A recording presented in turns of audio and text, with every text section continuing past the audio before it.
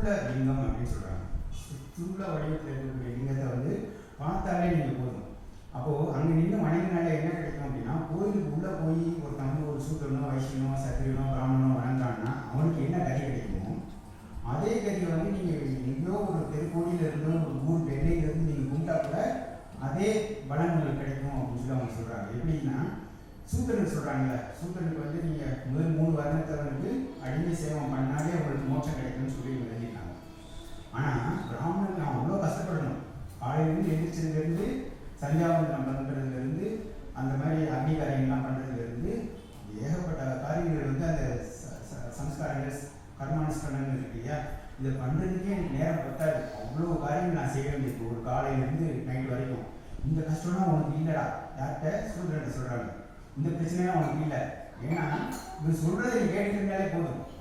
அவன் என்ன வேலை உனக்கு சொல்கிறானோ அதை வந்து தலைமையில நீ எடுத்து நீ வேலை செய்யினாலே போதும். அப்படின்னா ஒரு பிராமணன் வந்து இந்த 6 விஷயங்களையும் அவனோட தர்மத்தில் சொல்லப்பட்டிருக்கக்கூடிய வேதம் ஓதி, வேதம் ஊற்றுவித்து, அல்லது இந்த யாகம் யஜ்ஞம்லாம் பண்ணி மற்றவங்களுக்கு பண்ணி அப்புறம் இவனும் செய்யணும்.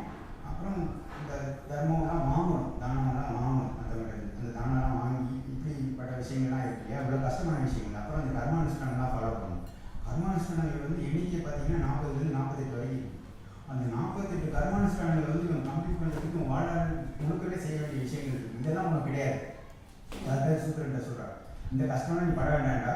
ஆனால் இந்த 3 பேர் சொல்கிறத கேட்டுட்டு அவங்க இட்ட பணி வந்து செஞ்சுட்டு இருந்தாலே அவன் போகிற ஃபைனல் டெஸ்டினேஷன் இருக்குல்ல, பிரபா நிலையம் இருக்குல்ல, முக்தின்னு சொல்கிறோம்ல, அந்த நிலைக்கு ஈஸியாக போயிடுவார். இந்த அடிமையாக இருந்தாலே நீ போதும் அப்படிங்கிறத அவங்க தெரிஞ்சு சொல்லிட்டே வர.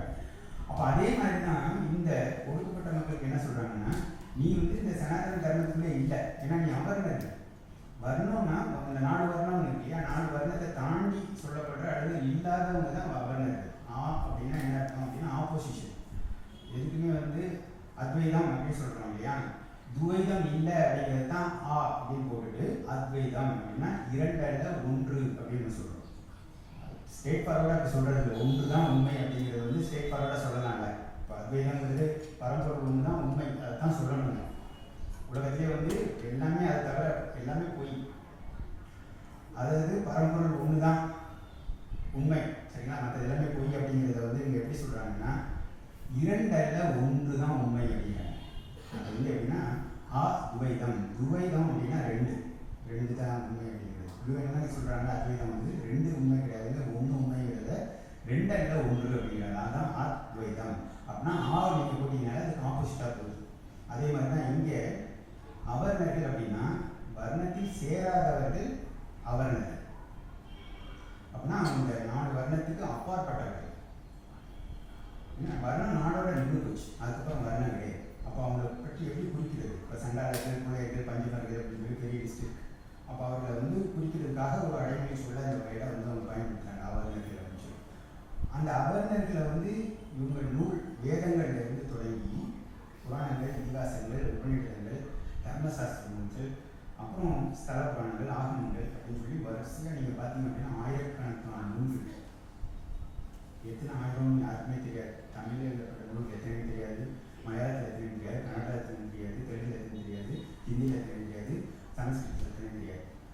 இதெல்லாம் நீங்கள் வருஷப்படுத்தினீங்க அப்படின்னாலே ஆயிரக்கணக்கான நூல்கள் நம்ம சொல்லணும். அதனால தான் மற்ற மதங்களுக்கும் இதுக்கும் வந்து ஒரு பெரிய சேலஞ்ச் என்னென்னா, இது ஒரு நூலில் அடக்கி இதை அப்போஸ் பண்ணால் போதும் அப்படிங்கிற மாதிரி இல்லை. பகவத்கீதை எடுத்துக்கிட்டீங்க அப்படின்னா பகவத்கீதையில் வந்து தெளிவான ஒரு குறிப்பு இருக்குது. இந்த நூலை யார் படிக்கணும், யார் படிக்கக்கூடாதுன்னு ஒரு குறிப்பு. பகவத்கீதை எந்த ஒரு நூலும் அப்படி, எந்த ஒரு மத நூலும் அப்படி ஒரு ரெஸ்ட்ரிக்ஷன் கொடுக்கல. நீங்கள் பகவத்கீதையை தவிர பைபிளையோ அல்லது குரானையோ வந்து எந்த மொழிக்காரனும் வாசிக்கலாம், எந்த இனத்தை சேர்ந்தவனும் வாசிக்கலாம், எந்த நாட்டுக்காரனும் வாசிக்கலாம், அல்லது எந்த பிரதேசத்தை இருக்கணும் வாசிக்கலாங்கிற ஒரு விஷயம் தான் இருக்குது. அதனால தான் எல்லா மொழிகளையும் அந்த நூல்களை அவங்க வெளியிட்டு எல்லா இடத்துலையும் பரப்புறாங்க, அவங்களுக்கு ஈஸியாக இருக்குது. பகவத்கீதை வந்து ஏன் இந்தியாவுக்குள்ளே இருக்குது, ஏன் வெளி நாட்டவர்களுக்கு வந்து போய் சேர போகுது. பிரிண்ட் அடிச்சுட்டாங்க, வலு கட்டாயம் கொண்டு திணிக்கிறாங்க, கொடுக்குறாங்க, ஹரே ராமா ஹரே கிருஷ்ணா பொங்கல் அப்படிங்கிறதுனால. ஆனால் அதில் இருக்க ஒரு ஸ்லோகம் என்ன சொல்லுதுன்னா, இந்த பகவத்கீதை வந்து யாரெல்லாம் படிக்கக்கூடாதுன்னு ஒரு லிஸ்ட் போகும். அந்த லிஸ்ட்டில் இந்த அவர்ணர்கள் வராங்க, இந்த சார்வாகர்கள் வராங்க. சார்வாகர்கள்னா இந்த நாஸ்திகர்கள் நம்ம இப்போ சொல்கிறோம் இல்லையா, நாஸ்திகர்னா வேதத்தை மறுக்கிறவங்க, இந்த வேதத்துக்கு எதிரானவங்க, இந்த வேதத்தை புறக்கணிக்கிறவங்க. அப்போ அவங்கெல்லாம் இதை படிக்கக்கூடாதுன்னு அங்கே போட்டுறாங்க. நாஸ்திகர்கள் வந்து குறிப்பாக இந்த பகவத்கீதையை படிக்கக்கூடாது, வேறு எந்த மத நூலும் தன்னோட நூலை படிக்க வேணாம்னு சொல்லி எங்கேயுமே சொல்லலைங்க. ஆனால் இந்த பகவத்கீதை சொல்லுது அவர்களில் இருக்கக்கூடியவங்க ஒடுக்கப்பட்ட மக்கள் நீங்கள் இதை வாசிக்கக்கூடாதுன்னு சொல்லுது. இதை வழிமொழிகிற ஒருத்தர் வந்து ராமானந்த சரஸ்வதி சுவாமிகள் அப்படின்னு சொல்லி ஒரு சனாதன மாநாட்டை நடத்தின ஒரு தலைவர், சமீப காலங்களில் வாழ்ந்தவர். தர்ம விமர்சனம்னு ஒரு நூல் இருக்குது, அந்த நூலை எழுதினவர். இந்த தர்ம விமர்சனங்கிற ஒரு நூலை படித்தாலே சனாதனம் எந்த அளவுக்கு மோசமானது, எவ்வளவு கீழ்த்தரமானது அப்படிங்கிறத விளைவிக்க முடியும். அவர் வந்து இந்த மாநாடுலாம் நடத்தினவர், ஒரு ப்ரொஃபஸர், அவர் ஒரு வக்கீல், திருநெல்வேலி சார்ந்தவர். அவரோட பூர்வாசிரம பேர் வந்து ராமச்சந்திர ஐயா. இந்த ஐயா எழுதின அந்த நூல் வந்து எனக்கு ரொம்பவே விழிப்புணர்வு கொடுத்துச்சு. சனாதனத்தை பற்றி தீவிரமாக வாசிக்கிறதுக்கு முதல்ல நான் ரெக்கமெண்ட் பண்ணுற நூல் இது ஒன்று, தர்ம விமர்சனம் அப்படிங்கிற ஒரு நூல். இந்த தர்ம விமர்சனத்தில் இந்த ஐயா என்ன எழுதுறாருன்னா, இதே விஷயத்த சொல்கிறார். நீங்கள் அவர்கிட்ட கொண்டு போய் இந்த பகவத்கீதையை வந்து அவர்களாக இருக்கக்கூடியவங்க, சண்டாளர்கள், பஞ்சவர்கள், குலர்களெல்லாம் கொண்டு போய் கொடுக்காதீங்க, அவங்க மற்ற புக்கு பாருங்கன்னா அதை கொடுத்து நீங்கள் வாசி கொடுத்தீங்கன்னா அதோட இதே போயிடுது, புனிதத்தன்மை போயிடுதுங்கிற அதே குறிப்பு தான் பகவத்கீதையில் எழுதியிருக்கு. அதை அப்படியே வழிமொழிகிறார் அது அந்த சுவாமிஜி. அதனால மற்ற நூல்களுக்கும் இதுக்கும் பெரிய வித்தியாசம் இருக்கு. அதே மாதிரி இந்த ஒரு பகவத்கீதையை வந்து நீங்கள் எல்லாரும் ஏற்றுக்கிறீங்களா அப்படின்னா அதுவும் இல்லை. வைணவர்கள் ஏற்றுக்குவாங்களா அப்படின்னா பெரிய கேள்விக்குறி இருக்குது. சைவர்கள் இந்த நூலை ஏற்றுக்குவாங்களா தன்னோட நூலா அப்படின்னா அதுவும் இல்லை. அப்போ எத்தனையோ பிரிவுகள் இருக்குது பார்த்தீங்களா, இந்து மதத்தில் வந்து நூற்றுக்கணக்கான பிரிவுகள் இருக்குது. அவங்க எல்லாருமே இந்த காமனாக இந்த பகவத்கீதைகளான நூல், எங்களுக்கு சொல்லப்பட்ட நூல் அப்படிங்கிற மாதிரி எங்கேயுமே ஒத்துணும் போகிறதில்லை. ஆனால் இன்றைக்கு வரைக்கும் கவர்மெண்ட்டோட தரப்பில் இருந்து இது ஒரு காமன் நூலாக ஏற்றுக்கிட்டாங்க. கோர்ட்டில் இன்றைக்குமே வந்து ஏதாவது ஒரு சாட்சி சொல்கிறதுக்கு இந்த புக்கை தான் வச்சு பண்ணிட்டு இருக்காங்க இன்றைக்கி. ஸோ இந்த பிரச்சனையெல்லாம் இருக்குது. அப்போது பொதுவானது எதுவுமே இல்லை. முதல்ல பாயிண்ட் என்ன அப்படின்னா, சமத்துவ நோக்கில் இருக்கக்கூடிய எந்த ஒரு பார்வையுமே சனாதனத்தில் இல்லைங்க. நீங்கள் வந்து ஒரு கிரேடட் சொசைட்டியாகவே கொண்டு வரணும். எல்லா இடத்துலையுமே வந்து ஒரு படிநிலையில் இருக்கக்கூடிய ஒரு சமூகமாக எல்லாமே இருக்கணும். அதாவது ஏற்றத்தாழ்வுகள் இருக்கணும், பாகுபாடு இருக்கணும். அதில் இருக்கக்கூடிய அந்த சிஸ்டமே அப்படி. அந்த சிஸ்டம் இருக்கிறது வந்து யாருக்கு லாபம் அப்படின்னா, அந்த மேலே இருக்கக்கூடிய ஒரு சொசைட்டின்னு நம்ம சொல்கிறோம் இல்லையா, மேலே அடுக்கில் இருக்கிறவங்க இருக்காங்கல்ல, அவங்களுக்கு ரொம்ப சௌகரியமாக இருக்குது. காலம் முழுவதும் உடல் உழைப்பே எதுவுமே இல்லாமல் இந்த கீழே இருக்கிற 3 பேரை, அதாவது அதுக்கு கீழே இருக்கக்கூடிய ஒடுக்கப்பட்ட மக்களை வச்சு இவங்க என்ன பண்ண முடியும் அப்படின்னா, தன்னுடைய வாழ்க்கை வந்து சௌகரியமாக நடத்துறதுக்கான ஒரு வழிமுறையை கொண்டு வர முடியும்.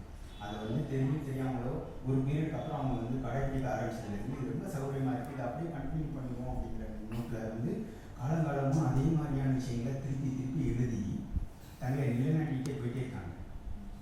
அந்த நூலில் படிக்கும்போது தான் எனக்கு ஷாக்கிங் ஆச்சு.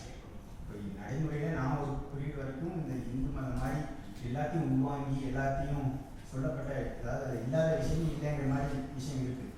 நீ கடவுள் இருக்குது அப்படின்னு சொல்கிறதுக்கு அங்கே இடம் இருக்குது, கடவுள் இல்லை அப்படின்னு சொன்னீங்கன்னா அங்கே இடம் இருக்குது. எப்படின்னா இங்கே எடுத்து வச்சுருக்காங்க சிஸ்டம் 6 தரிசனங்கள்னு சொல்லி உங்களுக்கு கேள்விப்பட்டிருக்கீங்க. இந்த ஃபிலாசபி ஸ்டடீஸ் படிக்கிறவங்களுக்கு தெரியும். அவங்க இந்த சார்வாகம் அப்படிங்கிறது அது இருக்குது. அதே மாதிரி ஜெயினிசம் சொல்கிறோம் இல்லையா, சமணம் அதில் இருக்குது, பௌத்தமும் அதில் இருக்குது, அதே மாதிரி சாமியம் இருக்குது, வைசேகியம் இருக்குது. அப்போ இது எல்லாமே என்னென்னா, அது பெருவாரியான தரிசனங்கள் என்ன சொல்லுது அப்படின்னா, வேதத்துக்கு எதிரான கருத்தை சொல்லுது. வேதத்துக்கு எதிரான கருத்துக்களை முன்வைக்கு. இந்த வேதம் வந்து உண்மை இல்லைன்னு சொல்லுது, இந்த ஆத்மாங்கிறது பொய்ன்னு சொல்லுது. பௌத்தம் வந்து முக்கியமாக புத்தர் சொன்னதில் ரொம்ப முக்கியமான ஒரு விஷயம் என்னென்னா, இந்த ஆத்மாங்கிறது பொய்யுங்க. இந்து மதம் அல்லது சனாதன மதம் இந்த வர்ணாசிரமத்தை தாண்டி இன்னொரு விஷயத்தை வலியுறுத்தது என்ன அப்படின்னா, ஆத்மாங்கிறது தான். நீங்கள் ஆத்மாங்கிற ஒன்றை நீங்கள் நம்புறீங்க, ஆமாம் இந்த உடல் மட்டும் இல்லைங்க, அதுக்குள்ள ஆத்மாங்கிற ஒரு விஷயம் இருக்குது அப்படிங்கிறது நம்பினீங்க அப்படின்னா, நீங்கள் அதுக்கப்புறம் பெரிய லிஸ்ட்டு போகணும், நூற்றுக்கணக்கான விஷயங்களை நீங்கள் நம்பணும். அதெல்லாம் ஒன்று மறுபிறவி, அப்புறம் வந்து புனிதம், தீட்டு அப்படின்னு சொல்லி அடிக்கிட்டே போகலாம். அப்புறம் சொற்பம் நடக்கும். அப்போ இந்த சிக்கல்லாம் வராமல் இருக்கணும்னா ஆத்மாங்கிற ஒன்று நீங்கள் நம்ம என்ன பிரச்சனை கொடுக்கணும்.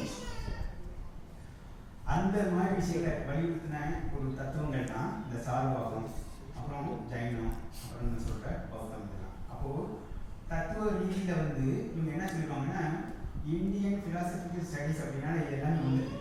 அப்போ நாங்கள் வந்து அந்த மாதிரி ஒரு ஸ்பேஸ் இருக்குது அவங்களுக்கு இந்த பூமியில். சார்வாகர்கள் வந்து எப்போ வந்து கடவுள் இருக்குன்னு சொல்லி இந்த வேதாந்திகள் சொல்ல ஆரம்பித்தாங்களோ, வேதாந்திகள்னா யார்? இந்த வேதத்தை முன்னிறுத்தக்கூடிய ஒரு பிரிவினர் அல்லது ஒரு குரூப். அதை வந்து அதாங்க எங்கள் லைஃப், அதாங்க முக்கியம், வேதம் தான் எங்களுக்கு லைஃப் அப்படின்னு சொல்லுவாங்க இல்லையா. 4 வேதம் தான் எங்களுக்கு முக்கியம், அதில் என்ன சொல்லப்பட்டிருக்கோ அதான் இன்னைக்கு வரைக்கும் சொல்கிறாங்கல்ல. வேதத்தை தான் எல்லாத்துக்கும் முன்னிலைப்படுத்துறாங்கல்ல. மேத்ஸ் அப்படின்னு சொல்கிறாங்க, தெரியுது. அப்புறம் வேதிக் சயின்ஸ்னு சொல்கிறாங்க, சரிங்களா. ஸோ இப்படி நிறைய அடிக்கே போகலாம். அந்த குரூப் வந்து நம்புறது வேதத்தில் எல்லாமே இருக்குது, வேதத்தில் சொல்லப்படாத எதுவுமே இல்லை. நீங்கள் புதுசாக ஒரு ஒரு ஒரு உயிரினத்தோட விஷயத்தை நீங்கள் கண்டுபிடிச்சி சொல்கிறீங்கன்னா, ஆமாம் அதுவும் உள்ளே சொல்லியிருக்கோங்க அப்படின்னா, ஏதாவது ஒரு மந்திரத்தை சொல்லி அதுக்கு எக்ஸ்பிளனேஷன் இதுதான் அப்படின்னு சொல்லுவாங்க. பறக்கும் தட்டு இருக்குன்னா, ஆமாம் இருக்குங்க, நாங்கள் வேதத்தில் சொல்லியிருக்கோம். இப்போ ராக்கெட் இருக்குது அப்படின்னா அதுலேயும் வேதத்தில் இருக்குது. ஸோ இப்படி அடிக்கிட்டே போகலாம். ஆனால் இந்த வேதத்தை பேஸ் பண்ணிக்கூடிய அந்த வேதாந்திகளுக்கு அப்போசிஷன் அப்போவே வந்துருச்சு. வேதம் உண்மை இருக்குது, வேதத்தில் நாங்கள் ஃபாலோ பண்ணுறோம் அப்படின்னா இந்த மாதிரி ஒரு குரூப் சார்வாகர்கள் சொன்னாங்க. இந்த சார்வாகர்கள் எங்கள் கண்ணுக்கு இந்த புலனுக்கு தெரியாத விஷயம் இருக்குல்ல, இந்த 5 புலன்கள் இருக்குது, இந்த புலன்களால் அறியப்படாத ஒரு விஷயத்தை வந்து நீங்கள் எப்படி உண்மையை சொல்கிறீங்கன்னு சொல்லி அவங்க அந்த தத்துவத்தை முன் வச்சாங்க. எங்களுக்கு வந்து 5 புலன்கள் ரொம்ப முக்கியம், இதுக்கு இந்த எனக்கு அறிவுக்கு எட்டாத ஒரு விஷயம், இந்த புலன்களுக்கு எட்டாத விஷயத்தை நான் நம்பி என்ன பண்ண போகிறேன்? சொர்க்கம் நரகம்லாம் ஒன்றும் கிடையாது, நீங்கள் சொல்கிற ஆத்மாவும் கிடையாது. என் கண்ணால் பார்க்குற விஷயங்கள், காதால் கேட்குற விஷயங்கள், இந்த துரு உணர்வுனால அறியப்படுற விஷயங்கள் இருக்கு இல்லையா, அதுதான் எனக்கு முக்கியம்னு சொன்னாங்க. அப்போ இந்த உலக வாழ்க்கை, இந்த இப்போ நான் ப்ரெசன்ட் கான்டெஸ்ட்டில் வந்து இந்த வாழ்க்கை வந்து நிஜம்தான். நான் பிறக்கிற ஒரு தேதி இருக்குன்னா இறக்கிற ஒரு தேதி இருக்குது. அப்போ இந்த இடைப்பட்ட பகுதியில் நான் வாழக்கூடிய நாட்கள் வந்து ஒவ்வொரு நாளும் எனக்கு முக்கியங்கிறாங்க. அதை நான் எப்படி கழிக்க போகிறேன்றது முக்கியங்கிறாங்க. அதே தான் பின்னாடி இந்த பௌத்த மதத்தை சேர்ந்த பௌத்தத்தை உருவாக்கின புத்தகம் சொல்கிறார். இந்த ப்ரெசன்ட் சென்ஸ் இருக்கு இல்லையா, அது ரொம்ப முக்கியங்கிறாங்க. ஒவ்வொரு அந்த சனமும் வந்து நீங்கள் வந்து அனுபவித்து அதை வந்து கொண்டாடி அதை வந்து நீங்கள் அந்த நாட்டில் கடத்தணும் அப்படிங்கிற பி ப்ரெசன்ட் அப்படின்னு வருது இல்லையா, அது வந்து பௌத்தம் புத்த சொல்கிறோம். அப்போது இந்த மாதிரி கொள்கைகள் வேதாந்தத்துக்கு முன்னிறுத்துற சொர்க்கம் நரகங்கிறது எல்லாமே இந்த லைஃப்க்கு அப்புறம் இருக்கக்கூடிய வாழ்க்கையை பற்றி பேசிக்கிட்டே இருக்கு. இறப்புக்கு அப்புறம் பித்ருக்கள் அப்படின்னு சொல்கிறோம், அந்த இந்திரலோகம்னு சொல்கிறோம், அப்புறம் சொர்க்கம்னு சொல்கிறோம், நரகம்னு சொல்கிறோம். இது எல்லாமே வந்து இந்த பிறவிக்கு அப்புறம், இந்த இறப்புக்கு அப்புறம் ஒரு லைஃப் பற்றி தான் கவலைப்பட்டுகிட்டே இருக்குது. இந்த இறப்புக்கு அப்புறம் தான் மோட்சம் உனக்கு வரும் அப்படின்னா ப்ரெசென்ட் நான் என்ன இருக்கணும், நான் என்ன செய்யணும் அப்படிங்கிறத பற்றி ஃபோக்கஸ் பண்ணாமல் இப்போ முழுக்க ஃபோக்கஸ் எங்கே இருக்குது, மண்டே போட்டதுக்கப்புறம் என்ன ஆகணுங்கிறத பற்றி தான் அந்த நூல்கள் அதிகமாக பேசுது, வேதாந்திகள் பேசுகிறாங்க. அப்போ தான் அந்த ஆத்மா பற்றி பேசுகிறாங்க. ஆத்மா வந்து திருப்பி மறுபிறவி எடுத்துக்கிட்டே இருக்கும். அது வந்து உங்களோட செய்கையை பொறுத்து இருக்குது, கர்மாவை பொறுத்து இருக்குது. அப்போ நீங்கள் நல்ல செயல்கள் செஞ்சீங்கன்னா நீங்கள் அடுத்த பிறவியில் வந்து இதாக பிறப்பீங்க. உதாரணத்துக்கு நீங்கள் விளைச்சலாக வெளிநாட்டில் எங்கேயோ பிறப்பீங்க. வெளிநாடுங்கிறது உங்கள் கான்செப்ட் எப்படின்னா, முன்னாடி பழைய மீட்டிங்கில் சொன்ன மாதிரி ஆரியவர்த்தம் அப்படிங்கிறது உங்களுக்கு புரியணும். ஆரியவர்த்தங்கிறது வந்து ஒரு 14 நாடுகளை உள்ளடக்கி ஒரு பிரதேசம். அப்போது ஆரியவர்த்தத்துக்குள்ளே பிறக்காதவங்கலாம் வந்து பாவம் பிறவிகள், ரொம்ப ஈஸியான அண்டர்ஸ்டாண்டிங். ஆரியவர்த்தம்ங்கிறது இன்னைக்கு தமிழ்நாடு இல்லை, மத்திய பிரதேச பக்கத்தில் இருக்கக்கூடிய இந்திய சாத்புரா மலை நீங்கள் பார்த்தீங்க அப்படின்னா அந்த மலை பிரதேசத்துக்கு மேலே இருக்கிற பகுதியெல்லாம் வந்து ஆரியவர்த்தம் நம்ம அண்டர்ஸ்டாண்ட் பண்ணிக்கணும். அந்த பிரதேசத்தில் பிறக்காதவங்கலாம் யார்?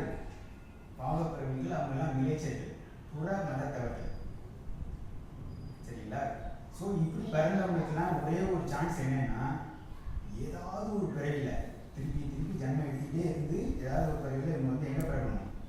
இந்த புண்ணிய பூமியாக இருக்கக்கூடிய ஆரியவர்த்தத்தில் பிறக்கணும். ஆரியவர்த்தத்தில் பிறந்தவனும் எங்கே இருக்கான்? கடைசி நிலையில் இருக்கிறவன் வந்து அந்த சூத்திரனாக இருக்கான் அல்லது அவர்னாக இருக்கான், அந்த வர்ணத்திலே சேராதவன் இருக்கான். அந்த வர்ணத்திலே சேராதவன் வந்து எத்தனையோ நூற்றுக்கணக்கான ஜென்மங்களுக்கு அப்புறம் சூத்திரனாக பிறக்கிறதுக்கு வாய்ப்பு இருக்கு. அவனோட விஷயத்தை வந்து ஒழுங்காக செஞ்சுட்டு இருந்தானா அடிமையிலேயே சிறப்பான அடிமையை அவன் வளரணும்.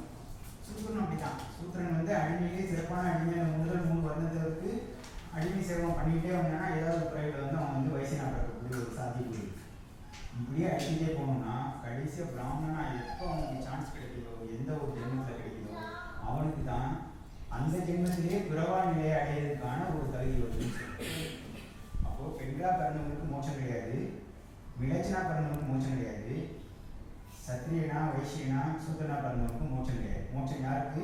பிராமணனுக்கு மட்டும்தான். அதனால என்ன நினைக்கிறாங்க அப்படின்னா, பிராமணனா பிறந்த வீட்டில் வந்து முதல்ல அவனுக்கு சொல்லிக் கொடுக்குறதே, நீ எப்பேற்பட்ட ஒரு புண்ணியம் பண்ணியிருக்க தெரியுமா, எத்தனையோ ஜென்மத்துக்கு அப்புறம் உனக்கு இந்த ஜென்மம் கிடைச்சிருக்கு, இந்த பிராமண பிறகு கிடைச்சிருக்கு, அதை நீ எந்த விதத்தில் பயன்படுத்திக்கணும் அப்படிங்கிற ஒரு தெளிவு வந்து முதலே சொல்கிறாங்க.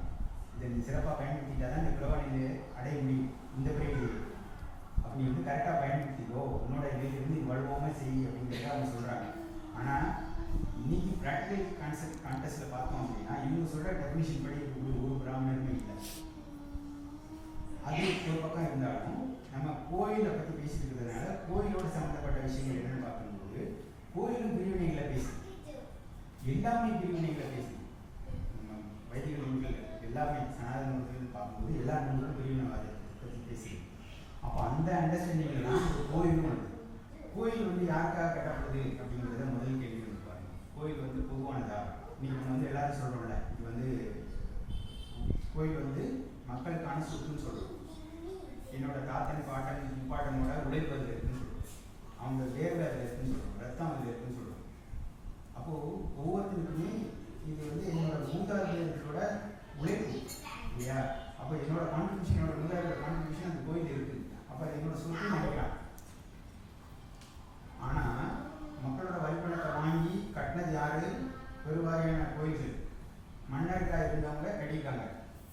இந்த மன்னர்களாக இருந்தவங்க கட்டும்போது இந்த கோயில்களோட நிலை எப்படி இருக்குது அப்படின்னா, அது வந்து ஒரு ஆதிக்கம் சார்ந்த ஒரு விஷயம் தான். முழுக்க ஆதிக்கம் சார்ந்த ஒரு விஷயம் தான் கோயில். ஆதிக்கத்துக்காகவே கட்டப்பட்டதுதான் கோயில். அவன் என்ன அடிப்படையில் கோயில் கட்டுறான் அப்படின்னா, இந்த கோயிலை கட்டி முடிச்சிட்டோம் அப்படின்னா இவனுக்கு எப்படிலாம் சொல்லப்பட்டிருக்கு அப்படின்னா, இந்த கோயிலில் நீதான் இருப்பார். கர்ப்பகிரகத்தில் இருக்கக்கூடிய சிலை வந்து என்னமா இருக்கலாம்? பெருமாளாக இருக்கலாம், அல்லது வேற ஏதாவது ஒரு டைட்டியோட ஒரு மூர்த்தி இந்த சிலை இருக்கலாம். ஆனால் இந்த சிலையெல்லாம் தாண்டி உள்ள இருக்கக்கூடிய பிரதிஷ்டை பண்ணப்பட்ட அந்த சிலையெல்லாம் தாண்டி இந்த மக்கள் உள்ள நுழையிற மக்களாக இருக்கக்கூடியவங்க, அல்லது வெளியில் நின்று கும்பிடக்கூடியவங்களோட விஷயம் என்னன்னா, கும்பிடுறதுக்கு யாருன்னா கடைசியில் உன்னை தான் கும்பிடுறாங்க, யாரு? மன்னனை தான் கும்பிடுறாங்க. அப்போ நீ என்றைக்குமே உனக்கு எதிராக போராட்டமே நடத்தவே மாட்டான், பண்ணவே மாட்டான். உனக்கு எதிராக ஒரு கிளர்ச்சியும் நடக்க போகிறது இல்லை. நீ ஓல் இந்தியன் கிறிஸ்டியை எங்கேயாவது ஒரு பிரதேசத்தில் ஒரு சின்ன சின்ன மன்னன், புண்ணிய மன்னனாக இருக்கலாம், பெரிய மாமன்னன் இருக்கலாம், அல்லது பேரரசனாக இருக்கலாம். அந்த பேரரசனோட ஆட்சியில் எங்கேயாவது ஒரு சின்ன சின்ன பாக்கெட்டில் உங்களுக்கு எதிராக கிளர்ச்சியோ ஒரு விஷயமோ நடந்துருக்கிறதுக்கான வாய்ப்பு இருக்குது. அது ரொம்ப கம்மியான தரவுகள் தான் கல்வெட்டு சார்ந்து. பெருவாரியாக இந்த மன்னனுக்கு எதிராக எங்கேயுமே கிளர்ச்சியோ புரட்சியோ மற்ற கான்டினென்ட்டில் நடந்த மாதிரி எதுவுமே ஏற்படலை. அதுக்கு முக்கியமான காரணம் என்னென்னா, இந்த கோயில் வழிபாட்டு மாதிரி தான். கோயில் பண்ணிட்டோம் அப்படின்னா கோயிலில் இருக்கக்கூடிய கர்ப்பகிரகத்தை தாண்டி இந்த மன்னனும் அங்கே செலவு வைக்கப்படுது. இப்போ தன்னியாரியாமலே இந்த சிலையை கும்பிட்றவங்க மன்னனையும் கும்பிட்டு வரான். மன்னனை கும்பிட்டு அவன் என்னைக்கு அவனுக்கு எதிராக ஒரு புரட்சியோ அல்லது பெரிய கிளர்ச்சியோ பண்ண போகிறான். அப்போ இவனுக்கு சாதகமாக இருக்கு இல்லையா? அப்போ என்ன சொல்கிறாங்க அப்படின்னா, நீ இந்த மாதிரி கோயிலில் எத்தனைக்கு அதிகப்படுத்திக்கிட்டே போனேன்னா உன்னைய மக்கள் வணங்குவாங்க, உன்னை கும்பிட்டுட்டே இருப்பாங்க. அப்படி கும்பிட்டவங்கனால என்றைக்குமே உனக்கு எதிராக புரட்சியோ கிளர்ச்சியோ போராட்டம் எதுவுமே பண்ண போகிறது இல்லை. அப்போ உனக்கு முழுக்க சாதகமாக தான் அந்த கோயில் வந்து அமைஞ்சிருக்கு அப்படிங்கிற ஒரு விஷயம். ரெண்டாவது வந்து ஆவணத்தில் வந்து ரொம்ப தெளிவான குறிப்புகள் இருக்குது. குறிப்பாக வந்து காமிகாகமம் அப்படிங்கிற ஒரு சைவ ஆகமம் வந்து சொல்லுது. முன்னாடி சொன்ன மாதிரி அந்த 2 பூஜைகள், வீட்டில் பண்ணக்கூடிய பூஜை வந்து ஆத்மார்த்த பூஜை அப்படிங்கிற பேர். நீங்கள் வந்து லிங்கத்தையோ அல்லது சின்ன ஒரு உருவத்தை வச்சு வீட்டில் வழிபடுறது. கோயிலில் வச்சு வழிபடக்கூடிய வழிபாட்டு முறை இருக்கு இல்லையா, அதுக்கு வந்து பரார்த்த பூஜை அப்படின்னு. இந்த பரார்த்த பூஜை வந்து எதுக்காக பண்ணணும்னு சொல்லி ஒரு டெஃபினேஷன் வந்து இந்த காமியாகமத்தில் வருது. அது சொல்லுது ரொம்ப தெளிவாக. மன்னனாக இருக்கிற மன்னனா இந்த பொருளுதவி செய்து அந்த கோயிலை கட்டுறவன் தான் இல்லையா, அவனுக்கு சாதகமான விஷயங்கள் தான் அந்த பரார்த்த பூஜை அப்படின்னு சொல்லியிருக்காருன்னா, மன்னனோட உடல்நிலை நல்லா இருக்கணும், அவனுக்கு நோயோ வரக்கூடாது, ரோகம் எதுவுமே வரக்கூடாது, அவன் ஆயுட்காலம் கெட்டியாக இருக்கணும், சரிங்களா? அதுக்காக இந்த பூஜை பண்ணணும். அப்புறம் வந்து அவனோட வாரிசு வந்து அதிகமாகும், சந்ததி வந்து பெருகிட்டே இருக்கும். அதுக்கு அளவே கிடையாது. ஏன்னா இவன் சந்ததி அதிகமாக இவனோட ஜெனரேஷன் தான் ரூல் பண்ணிக்கிட்டே இருப்பாங்க. அப்போ இவன் வந்து குழந்தை குட்டியோட சவுதுனா 16 பேருக்கு பெருவாழ்னு சொல்கிறோம்ல, அது மாதிரி இவன் வந்து குழந்தை கட்டிக்கிட்டே இருக்கணும், மணிமார்களும் அதிகமாக இருக்கணும். அப்போ இவனோட வாரிசு தான் அந்த ரூல் பண்ணணுங்கிறதுக்காக நீ வந்து இந்த பூஜையை வந்து கோயிலில் பண்ணணும்னு எழுதிருக்கு. அப்புறம் வந்து போருக்கு நீ போறியா, இந்த மண் போருக்கு போனேன்னா உனக்கு வெற்றி கிடைக்கணும்னா இந்த பூஜை நீ பண்ணு, பராட்ட பூஜை பண்ணு, அதுக்காக கோயிலில் செய்யக்கூடிய பூஜை எல்லாமே இருக்குது அப்படின்னு சொல்லி அந்த பூஜை. அப்போது போருக்கு போகிறது வெற்றி கிடைக்கணும், அவனுக்கு உடல்நிலை நல்லா இருக்கணும், அவனோட சந்ததி பெருக்கணும், அவனோட ராஜ்யம் வந்து இதுவாகும், அந்த எல்லை வந்து எக்ஸ்பேண்ட் ஆகிட்டே இருக்கணும். அந்த அடிப்படையில் தான் இந்த பூஜைலாம் செய்யணும்னு சொல்லி ஆகணும்னு சொல்லுது. எங்கேயுமே பொதுமக்கள் நல்லா இருக்கணும், ஒரு பாமரன் நல்லா இருக்கணும், ஒரு பிச்சைக்காரன் நல்லா இருக்கணும், தெருவில் கூடியில் இருக்கக்கூடிய ஒரு சாதாரண ஒரு குடிமகன் நல்லா இருக்கணுங்கிற மாதிரியான ஒரு குறிப்பு